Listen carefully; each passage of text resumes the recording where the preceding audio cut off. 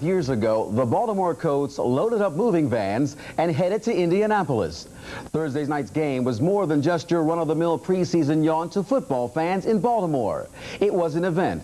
The highlight of the evening was the halftime show. The halftime show in Memorial Stadium drew bigger roars than the game itself.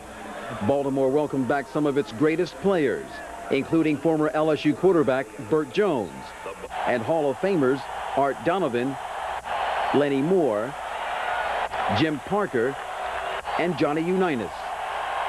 But the biggest cheers of the night were for new Hall of Famer John Mackey. Mackey refused to receive his Hall of Fame ring in Indianapolis.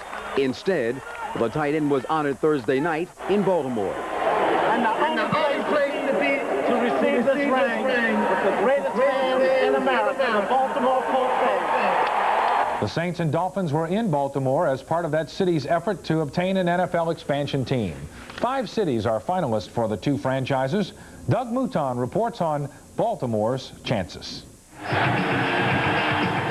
The NFL is expanding, and if these people have anything to say about it, one of the 2 new teams will be here in Baltimore. Baltimore has one of the NFL's longest and most colorful histories, but in March of 1984, 35 years of Colt football headed west to the Hoosier Dome. 5 cities are finalists for the 2 new franchises. Baltimore is the 22nd largest television market in the United States. Of the potential new cities, only St. Louis is a bigger market, and the other 3, Charlotte, Memphis, and Jacksonville, are all considerably smaller. I think television has to play a large part in it because, you know, so much of what we do is tied to the networks now. And the networks look at the numbers, and they look at a population base, and you can't ignore Baltimore's population base. TV is the first factor. The second is having a stadium to play in. Ironically enough, this beautiful baseball field is the best thing that could have possibly happened to Baltimore's football chances. Oriole Park at Camden Yards is probably the nicest facility in Major League Baseball. And if Baltimore gets an NFL franchise, they're going to build a football stadium next door. Our city has improved so greatly in the last 20 years, and I think that's true of a lot of bigger cities. We've redone the Inner Harbor. We used to have a town that had only 1 or 2 major hotels downtown. Now we've got, 15 to 20 hotels downtown, a beautiful Inner Harbor, a brand new ballpark sitting down there that is one of the prettiest and one of the most serviceable and well-run in all of baseball.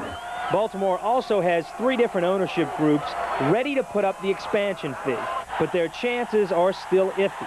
St. Louis and Charlotte were considered the favorites, but Charlotte is now having problems finding a potential owner.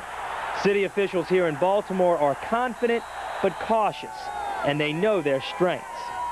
The biggest selling point is our fans, the people in this stadium tonight. They sold out this game in 2 hours, almost 60,000 tickets. That's the same pace as Michael Jackson and Bruce Springsteen sold out their rock concert. So we think that really reflects the level of enthusiasm that exists in this town for football. And on top of that, Oriole Park at Camden Yards.